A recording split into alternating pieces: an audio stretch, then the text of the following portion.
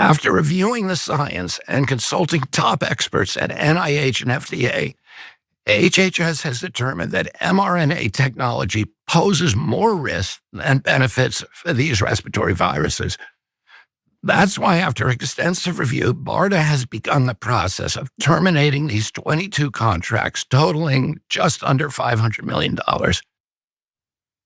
So the important bit of that is because we've got RFK Jr. in charge of my health, your family's health, he did what everybody knew he was going to do, took another step to stop vaccines from being developed, cutting $500 million from the development of mRNA vaccines. But don't worry, he reviewed the science. He's not qualified to, he has no medical training or anything, and he has the most closed mind on this topic possible. But don't worry, he consulted top experts at NIH.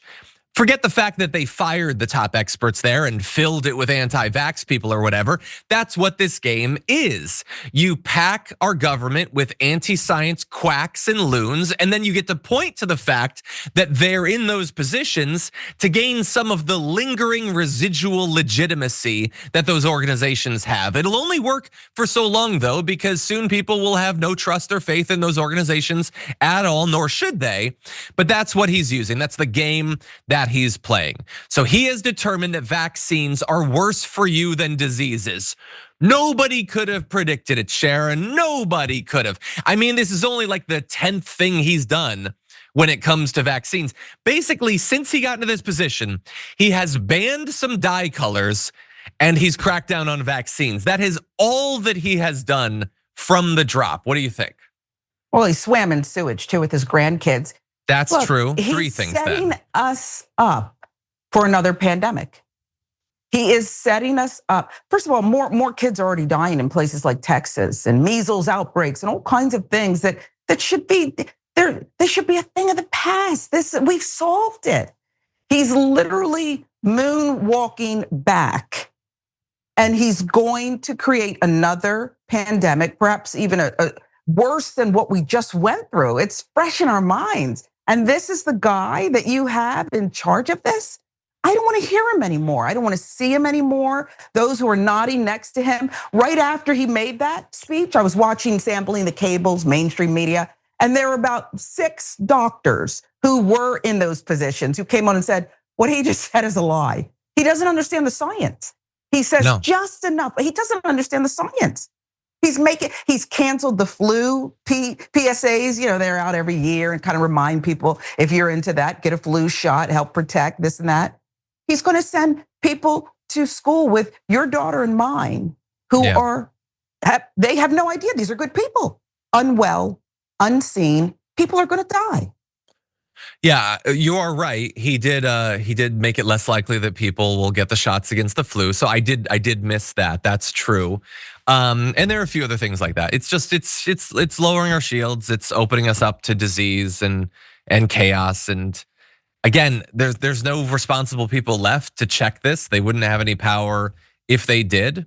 He can just do, and they're moving towards, again, remember, he's gonna come out with this big like vaccine autism thing any day now.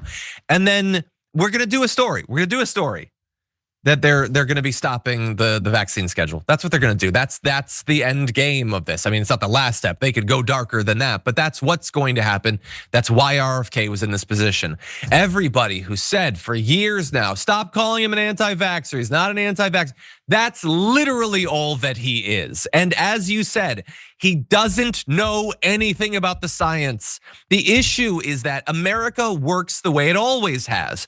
We have millions of people who will follow someone who knows basically nothing because they know even less. Okay, they know less about vaccines than he does, so he seems credible. They know less about the conspiracy theories, so Alex Jones seems credible. Donald Trump, he's rich. He probably knows stuff. I mean, I don't, but he probably does. That's how we approach all of this stuff. Well, there are actually people with qualifications to judge this sort of thing. So let's jump to graphic 2. Mike Osterholm is a University of Minnesota expert on infectious diseases and pandemic preparations who says, I don't think I've seen a more dangerous decision in public health in my 50 years in the business. The shelving of the mRNA projects is short-sighted as concerns about a bird flu pandemic continue to loom. That's a different doctor saying it certainly saved millions of lives. And in particular, one of the advantages of this particular type of vaccine is that they are adaptable. So as new variants of diseases come up, it's easy to tweak the vaccine to then cover it, whereas non-mRNA vaccines require more reformulation and it's slower and more costly. But they convinced themselves years ago that while all vaccines are bad, these in particular are really bad, so we've gotta kill these. And so the people who brought you ivermectin and colloidal silver and all that, this is a happy day for them. It might not last long. Many of them will probably die as a result of this, as so many of them did during the pandemic. But for now, they've got their guy and they've got the outcome that they wanted.